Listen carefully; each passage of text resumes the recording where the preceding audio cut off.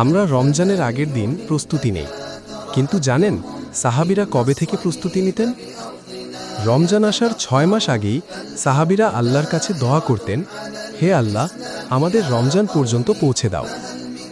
তারা নতুন কাপড় নিয়ে ব্যস্ত থাকতেন না, বরং নিয়ত ঠিক করতেন, কে বেশি কুরআন পড়বেন, কে বেশি তাহাজ্জুদ পড়বেন। এই প্রতিযোগিতা চলত। রমজান আসলে তাদের ঘরগুলো বদলে যেত ইবাদতের আলোতে। রাতে কান্না, দিনে রোজা, আর মানুষের জন্য ভালোবাসা। রমজান শেষ হলে আবার 6 মাস ধরে দোয়া করতেন, হে আল্লাহ, আমাদের রমজান কবুল করে নাও। তাদের কাছে রমজান ছিল না শুধু একটি মাস, রমজান ছিল জীবন বদলে দেওয়ার সুযোগ। আপনিও যদি সাহাবীদের মতো রমজান কাটাতে চান, আজ থেকেই প্রস্তুতি নিন। আর এমন শিক্ষণীয় ইসলামিক শর্ট ভিডিও পেতে চ্যানেলটি সাবস্ক্রাইব করুন।